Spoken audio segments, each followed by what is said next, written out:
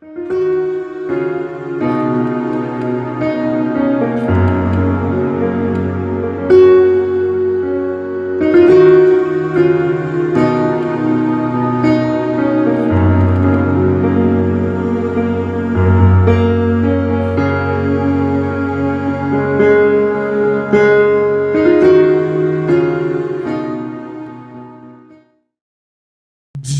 qui parle par les signes. On va voir le Dieu qui parle par des signes. Vous savez, quand vous avez une relation intime avec quelqu'un, quand la personne crochette faisément la tête comme ça, tu sais ce que la personne veut dire. Amen. Si mon épouse était là, elle va voir, je peux faisément... Elle sait ce que je suis en train de dire. Parce que la relation entre nous est vraiment intime, proche. Et lorsque tu vis avec Dieu, lorsque tu marches avec Dieu, Dieu doit te parler aussi par des signes. Amen. Dieu parle à ses enfants par des signes. Amen. À ses vrais enfants. Une rencontre. Un endroit où tu te trouves que tu n'avais pas te trouver. Peut-être un coup de fil. Peut-être une situation qui se présente. Dieu parle par des signes. Peut-être tu rates un avion et l'avion fait un accident. Peut-être tu rates un train et tu entends qu'il y a eu accident de train. Dieu parle par des signes. Vous n'avez jamais passé quelque part et après on vous dit que là il y a eu... C'est vrai. Ça vous dit que Dieu vous épargne. Amen. Dieu vous a mis au large. C'est des signes que Dieu est avec toi. C'est des signes qui montrent que Dieu est présent dans ta vie, Nadège. Alléluia. Dieu a aussi longtemps parlé à ses enfants par des signes. Et Dieu parle même au monde par des signes. Et c'est à nous de discerner le temps et les circonstances d'après ce que Dieu nous dit. Dieu peut te parler par des signes, mais tu n'entends pas. Peut-être ton rencontre aujourd'hui avec moi, c'est un signe. Peut-être le fait que tu me vois ou tu rends visite à la maison de prière aujourd'hui, c'est un signe. C'est que Dieu est en train de t'interpeller pour quelque chose. Mais si tu n'as pas le discernement, tu ne comprendras pas. Il faut comprendre les signes de Dieu et les signes de temps. Pour savoir à quel moment nous sommes. Les temps sont mauvais, je vous dis. On va lire le livre de Daniel. Daniel chapitre 4, verset 2. Et quelqu'un d'autre va prendre Daniel chapitre 6, verset 27. Et on va développer ces deux. Chapitre 4, verset 2 et chapitre 6, verset 27. Alléluia. Amen. Daniel 4, verset 2. Il m'a semblé bon de faire connaître les signes et les prodiges que le Dieu suprême a opéré à mon égard. Je continue? Non. Bon, tu peux me lire jusqu'au verset 4. Que ces signes sont grands, que ces prodiges sont puissants. Son règne est un règne éternel. Amen. Et sa domination subsiste de génération en génération. Arrête-toi là. Quelqu'un lit Daniel chapitre 6, verset 27. Daniel 6, 27. C'est lui qui délivre et qui sauve, qui opère des signes et des prodiges dans les cieux et sur la terre. Amen. Continue. C'est lui qui a délivré Daniel de la puissance des lions. Alléluia. Amen. Voilà un roi païen, je devais dire, qui parle. C'est Nebuchadnezzar. Dieu l'avait parlé par des signes. Dieu l'avait fait voir une vision. Et cette vision le troublait. Alléluia. Amen. Et il voulait comprendre les signes. Vous savez, même les grands hommes d'État cherchent à comprendre des signes. Les grands hommes d'État cherchent à comprendre des signes. Pourquoi ils vont chez les marabouts? Pourquoi est-ce que en Europe, en France là, on investit 1,5 milliard d'euros pour les consultations par an chez les médiums? Parce que les gens veulent comprendre des signes. Les gens veulent comprendre ce qui va arriver.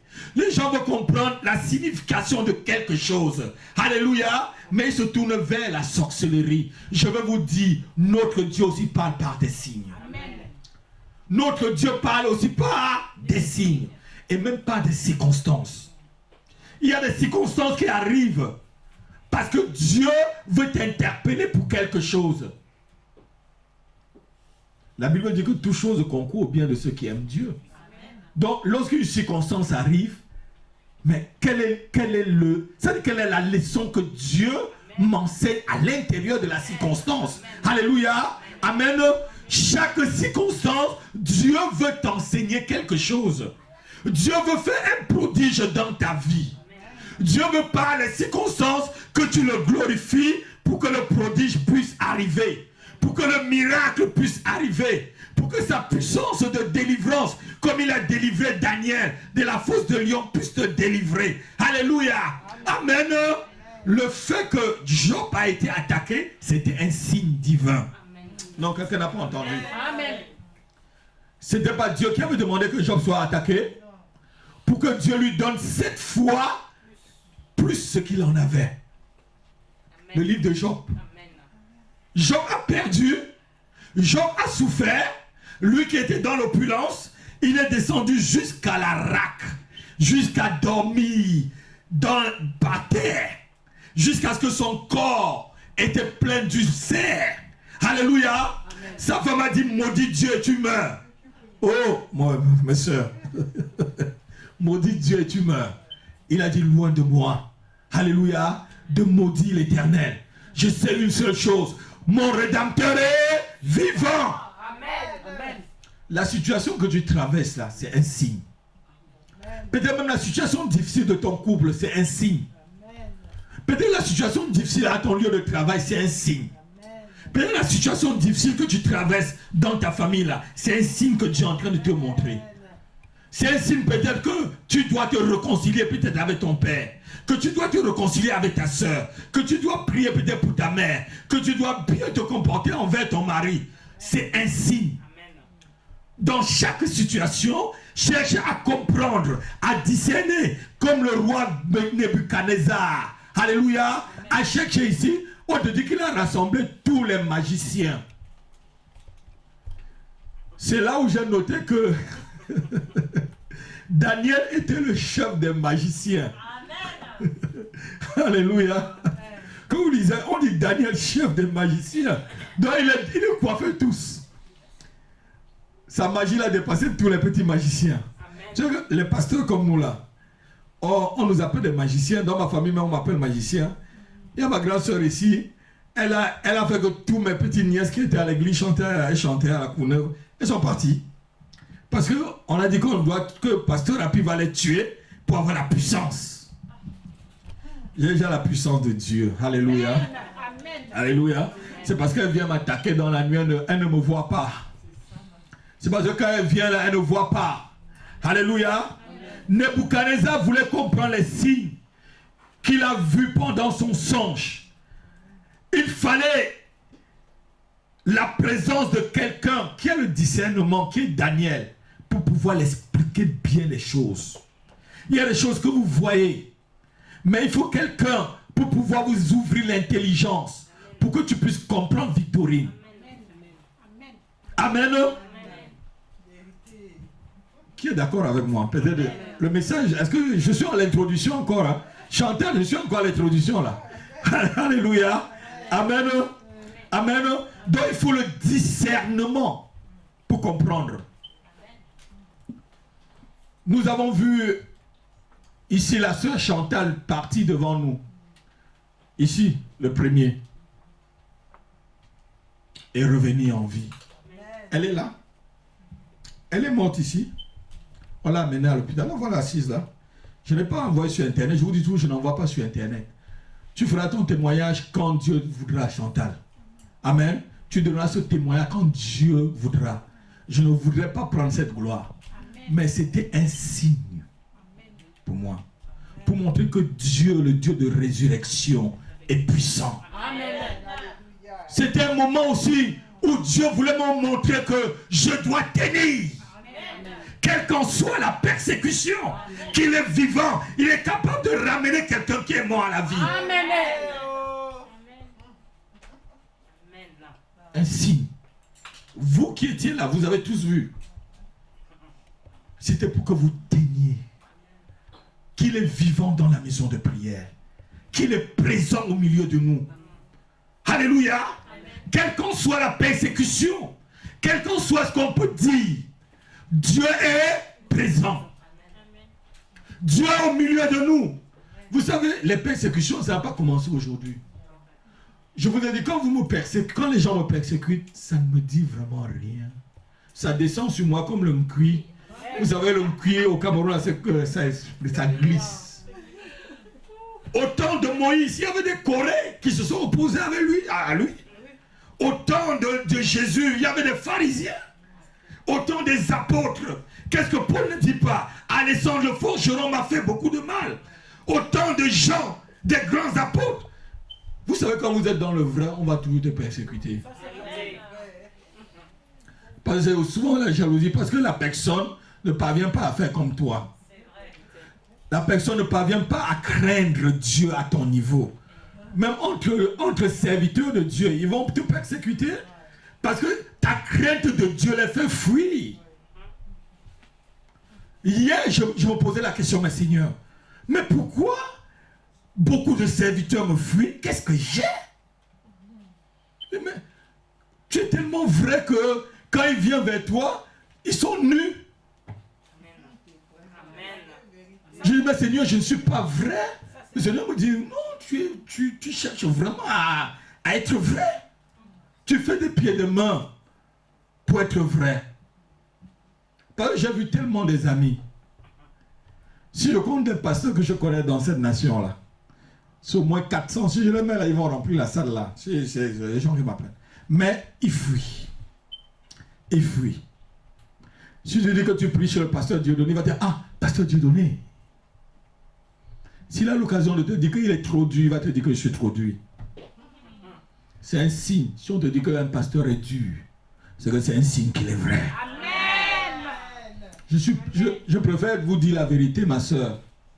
Et que le jour que vous mourrez et qu'on est au ciel, tu dis, pasteur, c'était bien parce que tu m'as dit la vérité. Que de te cacher et de te laisser vraiment te voutrer dans ton péché, et après tu te trouves de l'autre côté. Alors que j'ai passé tout le temps, je pouvais te dire, ma soeur, évolue. Je vous ai parlé toujours de cet homme, grand homme qui, on a vu, ce témoin d'un homme que Dieu a montré l'enfer. Il y avait un grand homme qui tapait toujours l'autre dans l'enfer. Il me cognait. Si tu me disais la vérité, hein, je ne serais pas dans ce feu. Tu me disais la vérité, je ne serais pas. Il le cognait. Il a demandé au Seigneur, mais c'est qui? Le Seigneur a dit que celui qu'on cogne là, il se disait pasteur sur la terre. Et celui-là, c'était sa brebis. C'est sa brebis qui le cogne parce qu'il ne lui a pas dit la vérité. Oui. Il a passé tout son temps, au lieu de s'occuper de la personne, il s'occupait de sa poche. Moi, je m'occupe de vous. Amen. Je ne m'occupe pas de vos poches. Alléluia. Je m'occupe de vous. Occupez-vous de la maison de Dieu. Amen. Si vous voulez qu'on paye, c'est ça, on va payer. Si vous ne voulez pas qu'on paye, c'est votre problème. On se mettra dehors, on va prêcher. Amen. Mais on ne va pas se prêcher, on ne va pas prêcher dans le froid. Alléluia. Mais je préfère que vous payiez la salle, la lumière, partout. Alléluia. Amen. Alléluia. Je disais à mon fils Loïc tout à l'heure, il me dit qu'il pensait à moi. Je disais, mais est-ce que l'église me donne un salaire? Il me dit non. Il a dit qu'il pensait, Loïc. Tu m'as dit que tu pensais à moi par rapport au salaire. Est-ce que je fais mon travail correctement? Amen. Est-ce que je le fais correctement? Amen. Si je le fais bien, c'est Dieu qui me note. Je le fais mal, ça m'en dépend. Lorsque vous travaillez pour Dieu, comprenez les signes et les temps. Lorsque vous travaillez pour Dieu, donnez-vous à cœur joyeux. Amen. Oui, ma fille, donnez-vous à cœur. Paul dit que si je prêche l'évangile, ce n'est pas pour moi un sujet de gloire. Mais malheur à moi si je ne le fais pas bien. Dieu m'a choisi pour prêcher si je ne le fais pas. malheur à moi. On me notera par rapport à ce que je vais vous dire. Hein. Et sachez que mon jugement va être double. Alléluia. Amen. Donc Dieu ne parle pas des signes. Et il continue à te parler par des signes. Paulette, Dieu ne parle pas des signes. Il y a des choses qui arrivent dans ta vie. Assois-toi et réfléchis. Quand tu vis une certaine situation, assois-toi et réfléchis. Parce que si tu es olé olé comme on dit, tu ne pourras pas entendre la voix de Dieu. Je vous ai dit souvent, faites comme moi. J'ai dit à ma fille, je vous ai averti quand vous êtes venu dans cette église. Il va y avoir des moments où vous n'allez pas me voir. Vous avez dit que je vous ai manqué il y a 2 semaines, je vous ai manqué. Je vais faire souvent 1 mois, vous n'allez pas me voir. Parce qu'il faut que je sois avec Dieu. J'aime être avec Dieu que d'être avec vous. Regardez-moi bien. C'est une grâce. C'est une grâce. J'aime passer plusieurs heures avec le Seigneur que de passer plusieurs heures avec vous. C'est une grâce. C'est pour nous une grâce. Et je veux aussi que vous passiez du temps avec Dieu. Allez faire des retraites spirituelles. L'église est devenue une foire où on vient, chacun va venir là. Tu vas voir les...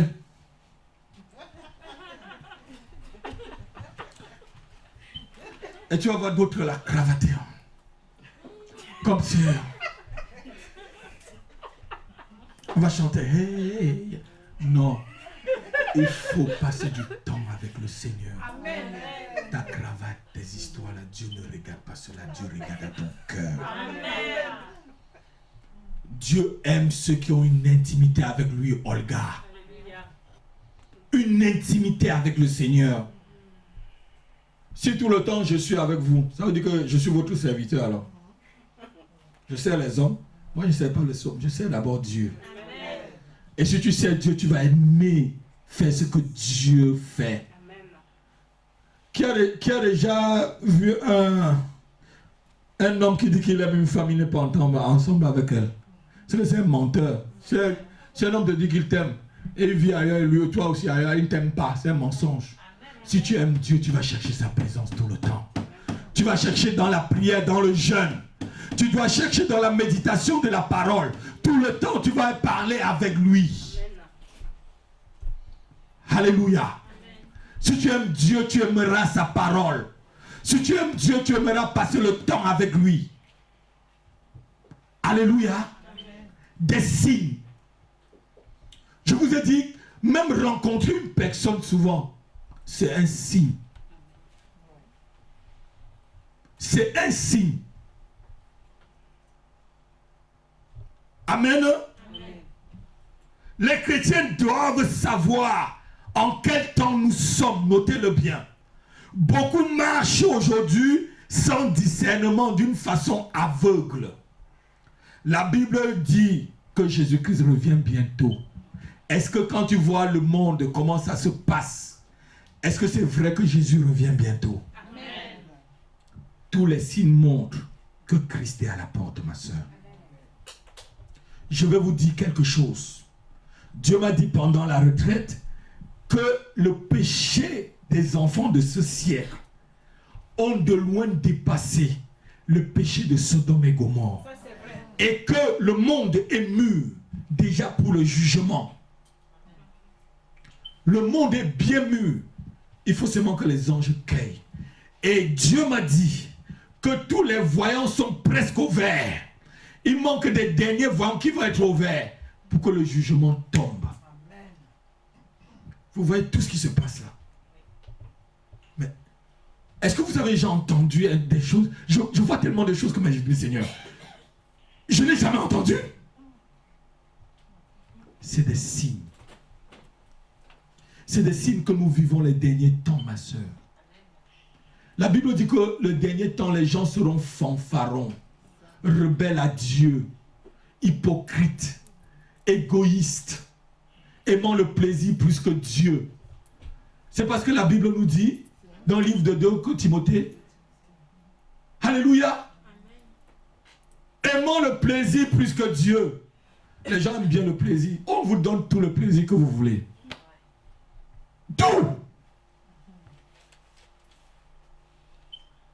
Alléluia. Et mais vous croyez que Dieu va rester comme ça, impuni? Des signes encore.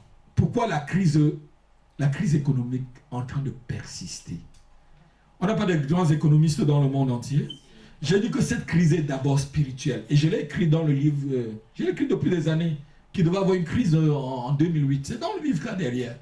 Quand les gens, on va pas, c'est un pasteur, il n'a rien, qu'est-ce qu'il dit là même là? Vous savez, quand les prophètes parlaient, même, les vrais prophètes, on ne les voyait pas. Quand ils parlaient, on zappait. Comme vous dites là, on zappait leurs paroles. Mais leurs paroles arrivaient toujours. C'est une crise d'abord spirituelle. C'est une crise spirituelle. Tant que le monde va continuer à se glorifier, tant que le monde doit s'éloigner de Dieu, tant que le monde doit se confronter à ce que Dieu a fait, la crise va persister. Et tant que toi, tu vas sortir du monde, tu ne verras pas la crise. Amen. Parce que Dieu pourvoira toujours pour toi, ma fille. Amen. Combien de jeunes comme toi cherchent du boulot, et quand tu viens, je prie pour toi, on te prend. Mais je dis vrai. Parce que tu n'es pas dans leur rayon, c'est-à-dire tu n'es pas dans leur cercle. Tu es plus dans un autre, dans une autre dimension. Amen. La Bible dit que nous sommes assis dans les lieux célestes en Jésus-Christ. Alléluia. Amen. Donc tu es dans une autre dimension céleste. Là où ils sont, il n'y a pas la lumière. Et là où tu es, la lumière de Dieu brille. C'est un signe. Amen. En Égypte, il y avait 2 camps. Amen. Il y avait le camp des Hébreux. Amen. À Gozan, on dit qu'il y avait la lumière. Et dans tout l'Égypte, c'était des épais ténèbres. On te dit que les ténèbres étaient là jusqu'à ce que tu pouvais toucher. C'est un signe. Amen. Dieu parle par des signes. Frère, Dieu parle par des signes. Et si tu veux comprendre les signes de Dieu, tu comprendras. Mais si tu veux zapper, tu zappes. On va voir tout à l'heure. Des pharisiens, pour se moquer du Seigneur, lui demandent de faire un signe, de leur montrer un signe. Il a dit que seulement le miracle de Jonas qui a fait 3 jours dans le ventre du poisson, une génération méchante et pervers, comme vous vous demandez un signe, vous n'aurez pas. Le signe était déjà devant eux. Christ était déjà le signe. Il était venu, le Messie était déjà là. Mais est-ce qu'ils avaient discerné? Alléluia! Vous savez, l'homme passe toujours à côté quand tu n'es pas spirituel. Quand tu n'es pas branché sur le Seigneur. C'est pour ça que la Bible dit que ce livre de la loi ne s'éloigne pas de toi. Médite-la jour et nuit. Afin que ce que tu entreprends puisse réussir. Alléluia. Pour qu'à travers la parole de Dieu, tu aies des inspirations divines. Tu aies des inspirations divines. Même pour ton travail. Même pour ton entreprise. Même pour tes projets. Divinement, tu es inspiré. Divinement, Dieu te donne des signes. Dieu te donne des marques avec lesquelles tu vas avancer. Alléluia. Dieu t'imprègne de sa grâce. Dieu t'imprègne de son sceau. C'est un signe sur toi. Lorsque tu passes, il y a du respect. Lorsque tu passes, on te reçoit. Lorsque tu es là, les gens se lèvent parce qu'il y a un signe sur toi. Parce qu'il y a quelque chose sur ta vie. Ce signe, c'est l'empreinte de Dieu sur toi. Un signe. Je vous ai parlé de l'histoire qu'un ami au Canada nous a raconté de son fils. Un ami pasteur. Je vous ai parlé de cette histoire. Ils jouent au golf. C'est des hommes d'affaires. Ils finissent de jouer au golf. On va maintenant invoquer les forces. Toi, tu fais les affaires là. C'est quelle force que tu invoques? Ils finissent, les hommes d'affaires, disent on va aller invoquer des forces. Toi, naïvement, au nom de Jésus, au nom de Jésus. Et tu ne manges même pas bien. Tu mens, tu voles le pasteur, tu voles tout le monde. Tu dis des choses, tu ne tiens pas ta parole. Tu es comme ça dans le Seigneur. Et tu veux que les affaires marchent comment? Vous savez, c'est des gens disciplinés. Amen. Il a fini de jouer au golf. C'est l'heure où son démon là lui dit qu'il faut qu'il invoque. Même si on lui dit que sa femme est malade, il va invoquer le démon là avant d'aller regarder sa femme. Parce qu'ils sont disciplinés. Toi, on te dit de venir à l'église. Ah non, il y a ma tante qui arrive chez moi. Hein. Et il y a les gens qui viennent les inviter. Hein. Quand Jésus va venir, tu vas aller avec ses invités là en enfer. Discipline. Discipline dans ce que tu fais. Ma fille, c'est pas dur. Discipline, tu verras la gloire de Dieu. Elle vient seule. Elle commence à percer la fenêtre de ta chambre. Elle commence à éclairer la première chambre. Elle éclaire la deuxième chambre. Elle éclaire le salon. Elle éclaire partout. Doucement, doucement. Alléluia. Un signe. La marque de Dieu. Le chrétien doit marcher en sachant que Dieu est en train de les guider. Et la Bible nous dit que les hommes nous serviront de signes. Aujourd'hui, là, qu'est-ce qu'on voit? On va lire dans Zacharie. Zacharie chapitre 3, verset 8. Les hommes vous serviront de signes. Et je vais vous parler des hommes qui nous servent de signes. On vous parle souvent de la bête. On vous parle de l'antichrist. On vous parle des choses. C'est des signes. On est en train de voir des choses. Des hommes sont en train de nous servir de signes. Vois bien les choses, lis bien la parole, vois. Alléluia. Lis ma fille. Zacharie 3, verset 8. Écoute donc, Josué, grand sacrificateur. Oui. Toi et tes compagnons qui sont assis avec toi, car ce sont des hommes qui serviront de signes. Car ce sont des hommes qui serviront de signes. C'est le verset que je cherchais. Car ce sont des hommes qui vont servir de signes. Un homme peut être un signe devant toi. Amen. Je te dis que même peut-être le fait que tu viens me rencontrer là, c'est un signe que Dieu est en train de te parler. C'est à toi d'écouter Dieu et marcher. Aujourd'hui, on voit comment les hommes sont. Regardez-moi franchement. Ceux qui cherchent Dieu là, vous êtes vraiment troublés, non? Vous ne savez même plus qui est vrai. Moi-même qui vous parle à peine, dans votre cœur, vous dites, est-ce que le pasteur Rapila est vrai? C'est vrai, non? C'est vrai, non? Parce qu'il y a tellement du brouillon. Alléluia. Il y a tellement de fausseté. Il y a tellement de cupidité. Il y a tellement de l'impudicité. Il y a tellement du mensonge. Au nom du Seigneur. De manipulation. Qu'on ne sait même plus qui est vrai et qui est faux. Et souvent on prend des vrais pour des faux. Et souvent on prend des faux pour des vrais. Vous êtes dans une bonne position. Amen. Amen. Je dis vous êtes dans une bonne position. Amen. Alléluia. Amen. Et généralement, quand un homme sert de signe, ça veut dire quoi? Ça veut dire que cette personne est un appelé de Dieu. C'est du Messie aussi qu'on parle. Jésus-Christ homme, c'était un signe que Dieu est venu vivre au milieu de nous. Emmanuel, Dieu au milieu. Quand il dit Emmanuel, mon fils, regarde. Dieu au milieu de. Alléluia, j'ai dit Emmanuel, mon fils, regarde.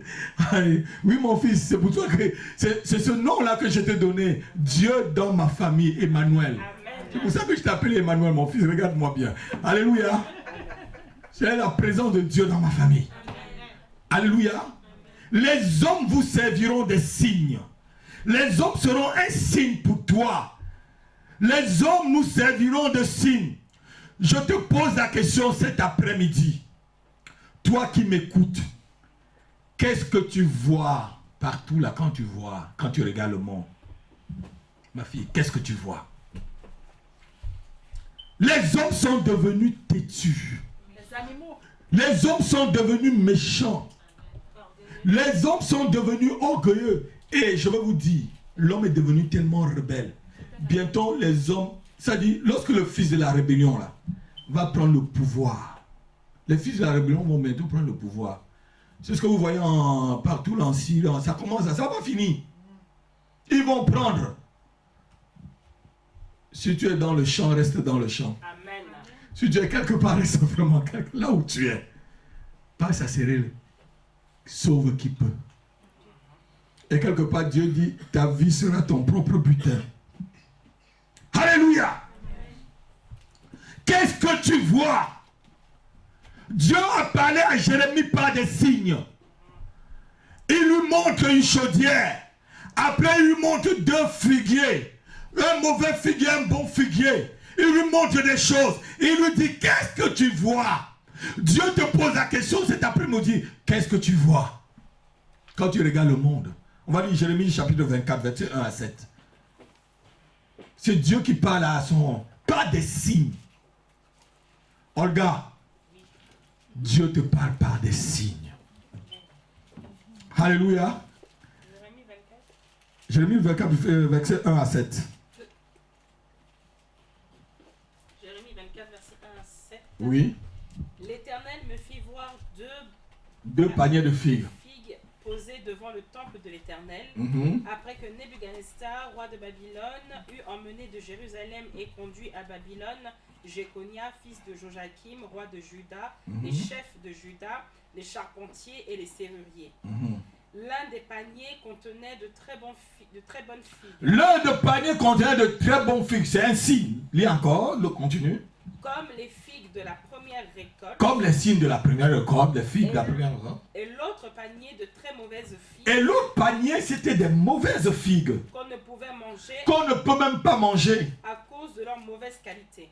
À cause de leur mauvaise qualité. Continue. L'Éternel me dit. Que vois-tu, Jérémie? Que vois-tu, Élodie? Je répondis. Des figues. Des figues. Les bonnes figues sont très bonnes. Les bonnes figues sont très bonnes. Et les mauvaises sont très mauvaises. Et les mauvaises sont très mauvaises. Et ne peuvent être mangées à cause de leur mauvaise qualité. La parole de l'Éternel me fut adressée en ces mots. La parole de l'Éternel me fut adressée en ce mot. Ainsi parle l'Éternel. Ainsi parle l'Éternel. Le Dieu d'Israël. Le Dieu d'Israël. Comme tu distingues ces bonnes figues. Mon fils, comme tu distingues ces bonnes figues.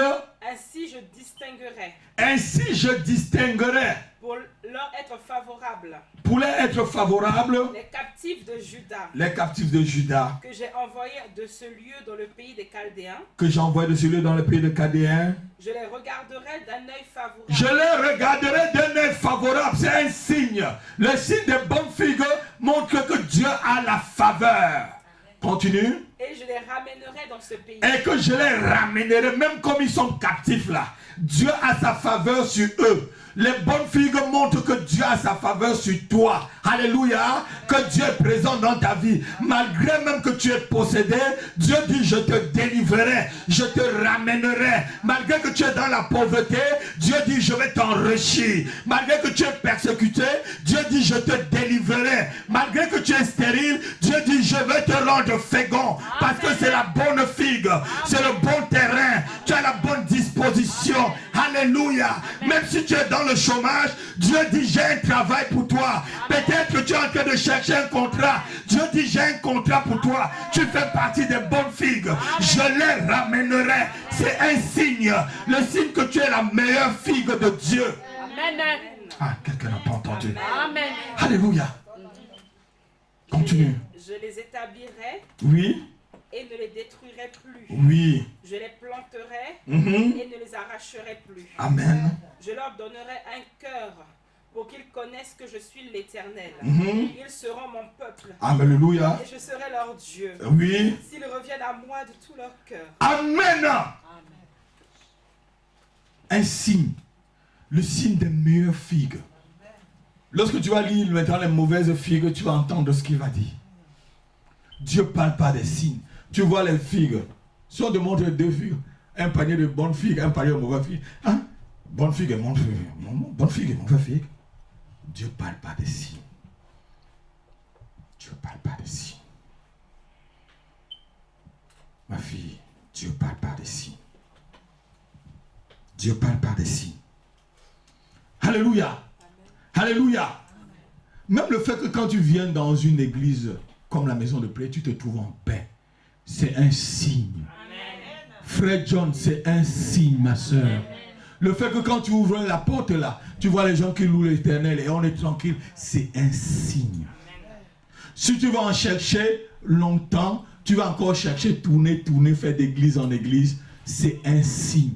Peut-être tu es arrivé parce que tu as tellement pleuré que tu es passé d'église en église, tu as été torturé, Tu ouvres maintenant la porte, Dieu te montre les signes. Ah non. Ils n'ont pas des fumées qui sortent des murs. Les gens ne dansent pas, les gens ne se secouent pas. Bon, si tu veux les gens les secouent, vas-y. Dieu t'a déjà fait un signe. Amen. Si tu as des yeux pour voir, des oreilles pour entendre, tu sauras que Dieu, le jour que Dieu va te voir, il va dire, mais tu as prié, je t'ai dirigé, tu voulais encore que je te donne quoi? C'est un signe. Tu cherches un endroit où tu vas prier, tu es en paix. C'est un signe. Alléluia. Amen. Amen. Vous qui êtes dans cette église depuis le début, qu'est-ce que vous n'avez pas vu dans cette église? Alléluia. Amen. C'est un signe. Il y a des chamboulements. La sainteté, il y a des chamboulements. Mais Dieu a secoué. Les meilleures figues sont restées. Les mauvaises figues sont... C'est un signe. Je continue. Je continue. Les enfants de Dieu doivent discerner le temps et les circonstances. Les signes de temps. Alléluia. Afin de ne pas être trompé par des faux prophètes. On a trop de faux prophètes dehors. Oui, ma fille. Consultation, 50 €. Montez d'abord l'hôtel. Devant mon bureau là. Mariage combien, ma fille? Mariage 250 €. Baptême 150 €. On paye même les baptêmes. Oui. Présentation d'enfants 500 €. J'ai vu dans une église. Présentation d'enfants 500 €. Enveloppe. Tu ne donnes pas 500 €, il ne présente pas l'enfant.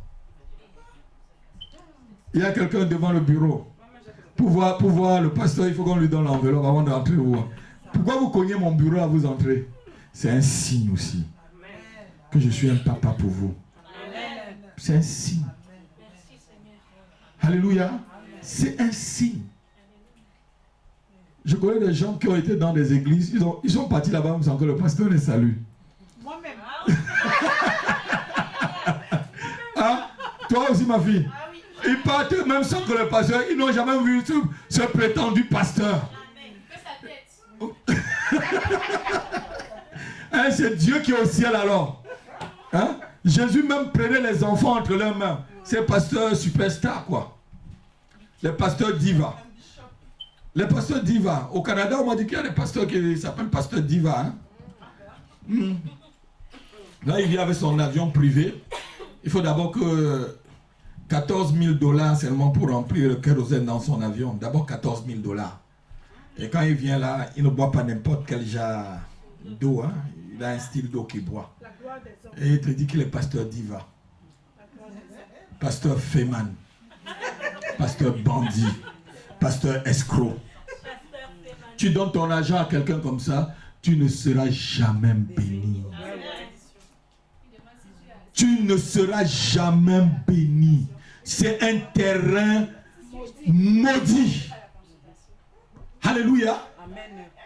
C'est un terrain maudit.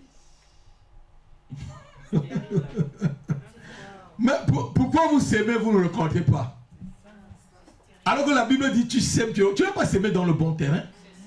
C'est l'incrédulité. Ah, parce que quand on voit quelqu'un avec moi, comme ma cravate est même de côté, comme pour François Hollande là, hein, comme ma cravate est même de côté, c'est pas un bon pasteur. Parce que je n'ai pas mis des scintillements sur moi. Tu n'as pas défrisé les cheveux. Ah, je n'ai pas défrisé les cheveux. Hein. Hein, je n'ai pas défrisé les cheveux. Je n'ai pas mis les boucles d'oreilles, je ne suis pas comme vous. Hein, ou je ne vous fais pas la cour. Parce que ces pasteurs-là vous font souvent la cour, c'est vrai, non? Et vous faites la cour, non, Rebecca? Non, parce que je ne vous fais pas la cour. Je ne suis pas un bon pasteur. N'importe quoi. Excusez-moi le mot. Si je veux couper après, tu coupes. Alléluia. Alléluia. Le Dieu qui parle par les signes. Le Dieu qui parle par les signes. Au début du ministère de Jérémie, Dieu lui a parlé aussi par des signes. On va le lire. Jérémie chapitre 1. Vous allez voir ce que Jérémie va dire. Dieu va montrer à Jérémie quelque chose. Il a dit, qu'est-ce que tu as vu? Et vous allez voir la réponse de Jérémie. Des signes. Dieu, si tu entends que Dieu vient te parler audiblement, Thérèse, Thérèse, oui, Seigneur. Lève-toi et marche de ce côté. prends telle direction.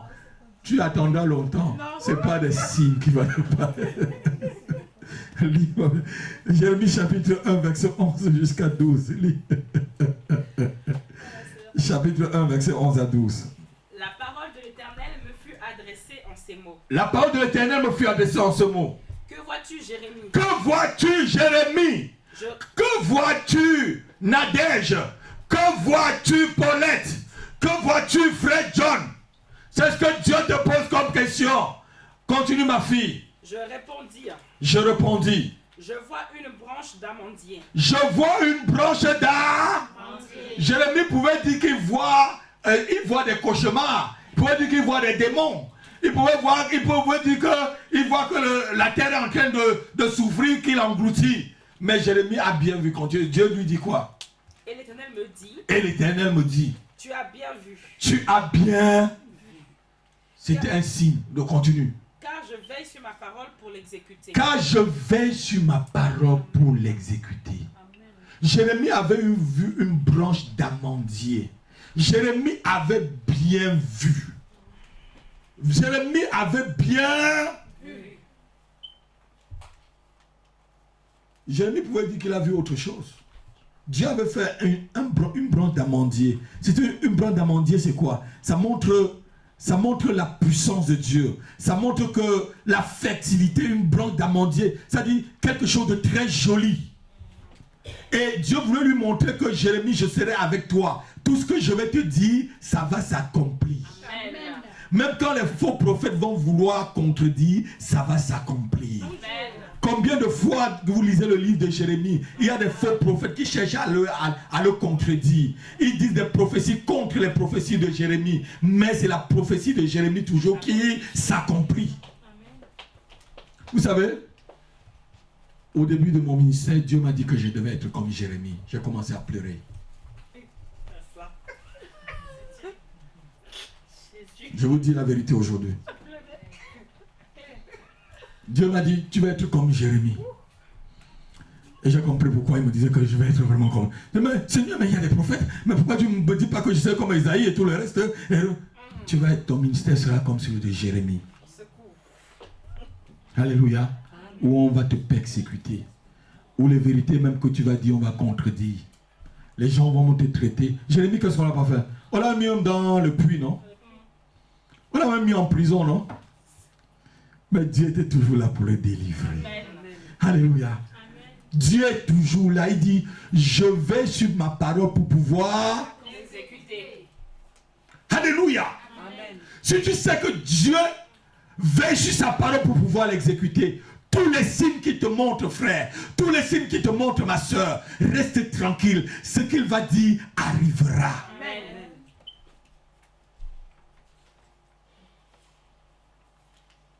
Dieu dit, je veille sur ma parole pour pouvoir l'exécuter. Toi qui m'écoutes très bien, Dieu te pose la même question. Qu'est-ce que tu as vu? Qu'est-ce que tu vois? Lorsque tu regardes la France, Paris, qu'est-ce que tu vois? Lorsque tu écoutes les informations, qu'est-ce que tu vois? Qu'est-ce que tu vois? Je vois que les hommes sont devenus égoïstes, méchants, fanfarons, rebelle à Dieu, c'est ce que je vois. Si tu dis ainsi, le Seigneur dit, tu as bien vu. Vous voyez, aujourd'hui, les hommes vont se marier avec les hommes. Les femmes vont se marier avec les femmes. Bientôt, les enfants vont se marier avec les enfants. Les enfants, tu dirais. Hein, ma fille? Vous savez, en Allemagne, ils sont en train de vouloir abolir la loi sur l'inceste. Vous avez suivi ça? Ils veulent dire que l'inceste n'est plus condamnable. On veut casser tout ce qu'il y a de Dieu. Jésus arrive bientôt. Amen. Toi qui me suis, s'il te plaît, donne ta vie à Jésus-Christ. Les temps sont mauvais. Il arrive bientôt. C'est un signe. Si tu écoutes ce message, c'est un signe. C'est un signe pour ton salut. N'endurcis plus ton cœur. C'est un signe. Jésus arrive bientôt. Donne-lui ta vie. Alléluia. On veut abolir la loi sur l'inceste. Donc ça veut dire que tu peux accoucher ton enfant, l'épouser encore. Alléluia. Alléluia. Les gens sont en train de défaire tout ce que l'Éternel a fait. Il n'y a même plus de morale. C'est terminé. Les gens n'ont même plus honte. Tout ce que vous voyez à la télé, c'est que des gens sont nus.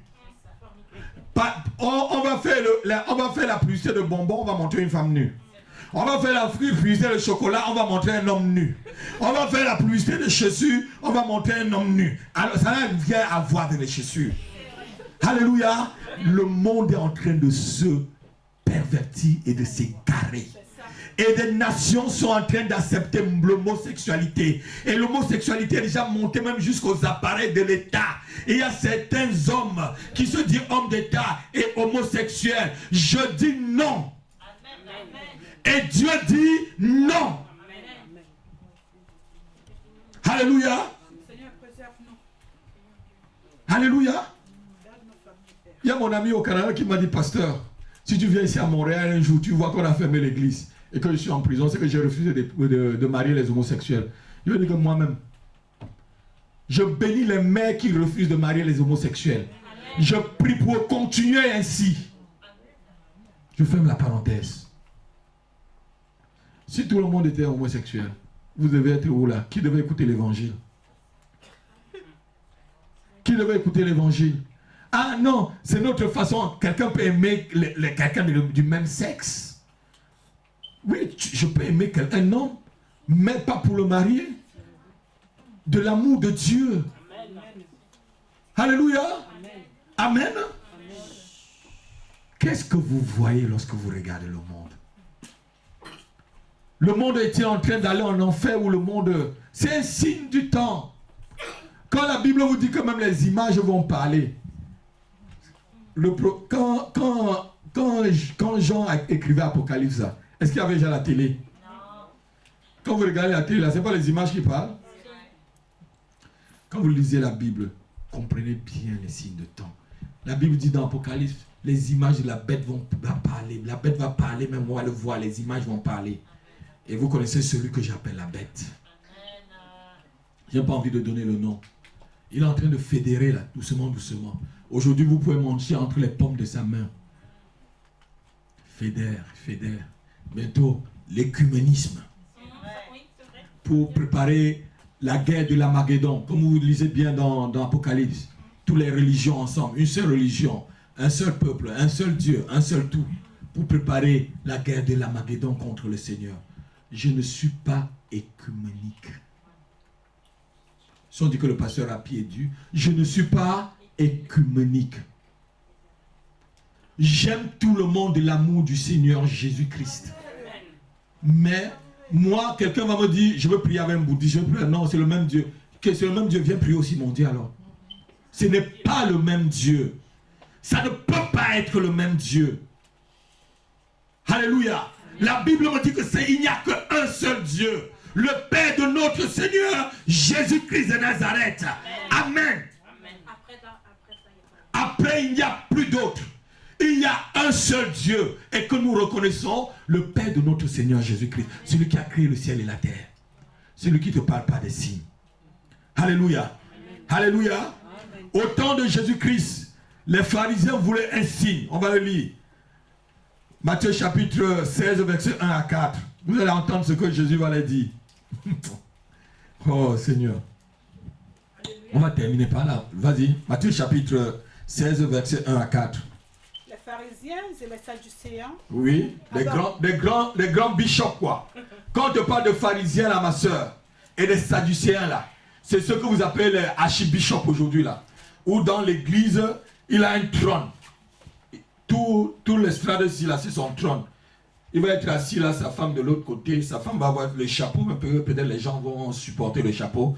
Lui-même il va être là avec des grosses goumettes. Et, alléluia. Des goumettes en or massif. C'est ça les sadducéens. Vous voyez, avec un chapeau, vous voyez, c'est comme ça qu'ils étaient habillés. Avec tous les trucs sacerdoxaux. Dieu est assis sur son trône au ciel, eux ils sont assis sur le trône sur la terre. Continue ma fille. C'est ça les pharisiens. Les pharisiens et les sadducéens abordèrent Jésus et, Oui. pour l'éprouver, En plus pour l'éprouver, oui. lui demandèrent de leur faire voir un signe venant du ciel. Un signe venant du ciel. Continue. Jésus leur répondit, Jésus leur répondit, le soir vous dites, le soir vous dites, il fera beau, car le ciel est rouge. et le matin, Et le matin, il y aura de l'orage il y aura de l'orage aujourd'hui. Car vous savez discerner l'aspect du ciel. Car vous savez discerner l'aspect du ciel. Et vous ne pouvez discerner les signes des temps. Et vous ne pouvez discerner les signes de temps. Une génération méchante et adultère. Une génération méchante et adultère demande un signe. Demande un signe. Il ne lui sera donné. Il ne lui sera donné aucun miracle que celui de Jonas. D'aucun miracle que celui de Jonas. Puis il les quitta. Puis il les quitta et il s'en alla. Amen. Voilà les gens, les grands bishops là. Ils sont venus voir le Seigneur pour l'éprouver, lui demander un signe. Jésus lui dit, vous connaissez... les hommes connaissent la météo, non? Regardez-moi. Vous ne voyez pas la météo à la télé? Ah oui. Moi, quand je vais sortir, je veux savoir s'il pleut, s'il va pleuvoir ou pas, pour savoir comment je vais m'habiller. Nous sommes tous pareils. Alléluia. Amen. Vous connaissez discerner la météo. Les hommes d'aujourd'hui écoutent la météo, consultent des horoscopes et vont chez les médiums, ceux qui disent des bonnes nouvelles. Toi, chrétien, tu dors et tu ne discernes pas en quel temps nous sommes. Les hommes consultent, les hommes veulent savoir. Tu ne sais pas en quel temps nous sommes. Et tu ne mets pas ta vie de prière, ta vie chrétienne solidement ancrée en Christ. Tu es toujours clopant. Un pied dehors, un pied dedans, c'est dehors. Il faut que soit tous tes deux pieds sont dehors. Toi, tous tes deux pieds sont... Alléluia. Ne reste jamais à califourchon. Si tu veux que Dieu soit avec toi, embrasse-le de tout ton cœur. Ne l'embrasse pas à distance comme ça. Ça a déjà d'embrassade comme ça. Embrasse-le comme ça. Alléluia. J'ai posé la question à mon fils. Moi, je vis en province. Je viens faire le ministère à Paris. Est-ce que tu peux... Je parle à mon fils. Il dit, mais oui, j'ai pensé à toi tout à l'heure. Je dis que j'embrasse Dieu de tout mon cœur. Et Dieu m'embrasse aussi de tout son cœur. Je lui dis, je t'aime, papa. Je t'aime, je te chéris, papa. Mais si tu embrasses. Mais lui-même, il va faire... Ah, mais je vous dis vrai. Il dit, j'aime celui qui m'aime. Et je déteste celui qui me déteste. C'est Dieu même qui le dit. Dieu n'aime pas aussi les sympathisants. Hein. Si tu viens sympathiser avec lui, c'est pour ça que beaucoup de sympathisants qui étaient avec nous, ils ont bien sympathisé. Ils ont vu que Dieu n'aime pas les sympathisants. Ils vont là où on sympathise. Continue à sympathiser. Continue à aller où on sympathise. Dieu aime ceux qui sont solides, ceux qui sont vrais, ceux qui le suivent de tout leur cœur, sans intérêt. Servir Dieu avec abnégation, comme je vous ai appris, vous les responsables. Vous avez ça dans le livre de responsables que je vous ai donné. Alléluia. On sait Dieu avec abnégation. Je suis dans le ministère. Ça fait près de 20 ans que je suis dans le ministère. Je suis toujours là. Il y a eu des temps difficiles. Je suis là. Il y a des bons moments. Je suis toujours présent. Alléluia. On ne vient pas au Seigneur seulement quand il y a des bonnes choses. Même quand il y a des mauvaises choses, tu t'accroches. Alléluia. Quand une famille a un problème là, tu fuis ta famille. Pourquoi lorsque dans ton église va avoir un problème, tu vas directement fuir aussi? Si ta famille ne te chasse pas, tu y restes. Amen. Amen. Si tu te sens en paix, reste. Quand tu te sens en paix dans une église, pourquoi tu dois... Bon, je sais qu'il y a des églises où on te met une aiguille pour pouvoir bien te... Une seringue, on te pique encore plus fort. Alléluia. Mais ce n'est pas des églises. Normalement, quand tu entres dans une église, tu dois être en paix. Qui n'est pas en paix depuis qu'il est entré dans cette salle? Vraiment, montre-moi ta main si tu n'es pas en paix. Ne sommes-nous pas tranquilles? C'est ce qu'on demande dans la maison de Dieu. Ma fille, tu es bon père? C'est un signe. Lorsque tu viens étant KO, il faut que tu sortes de cette salle étant... OK. Non, quelqu'un n'a pas entendu. OK. Si tu es venu là étant KO, il faut sortir étant... OK. Mais quand tu viens à l'église étant KO, et tu sois étant effondré là, pardon, ne reviens plus. Ne reviens plus. C'est que c'est un signe. Quand on m'invite à une conférence, je prie. Vous avez vu, je suis allé à une conférence cette année. J'ai refusé les invitations cette année. J'étais invité en Italie. J'ai prié. Et l'église qui m'invitait, on devait m'amener jusqu'en Finlande. Hein, c'est ma femme qui a jusqu'en Finlande. Donc on devait commencer Italie, aller en Finlande avant de revenir là, dans toutes ces églises-là. Mais Dieu a mis à nu l'apôtre qui m'invitait avec mes livres. Je l'ai envoyé un petit mot pour lui, je suis désolé. Alléluia. C'était ainsi. J'ai entendu des choses venant de sa communauté. J'ai vérifié, c'était vrai. C'est un signe qu'il ne faut pas que j'y aille. Je vais faire quoi là-bas? Me mélanger avec? Ma fille, me mélanger avec? Je préfère vous nourrir, mes enfants. Amen. Le peu que Dieu me donne là, je vais vous nourrir correctement. Amen. Alléluia. Un signe. Le signe marque le temps. Le signe, c'est quoi un signe en fait? Un signe, c'est une marque. Notez-le. Un signe, c'est une marque.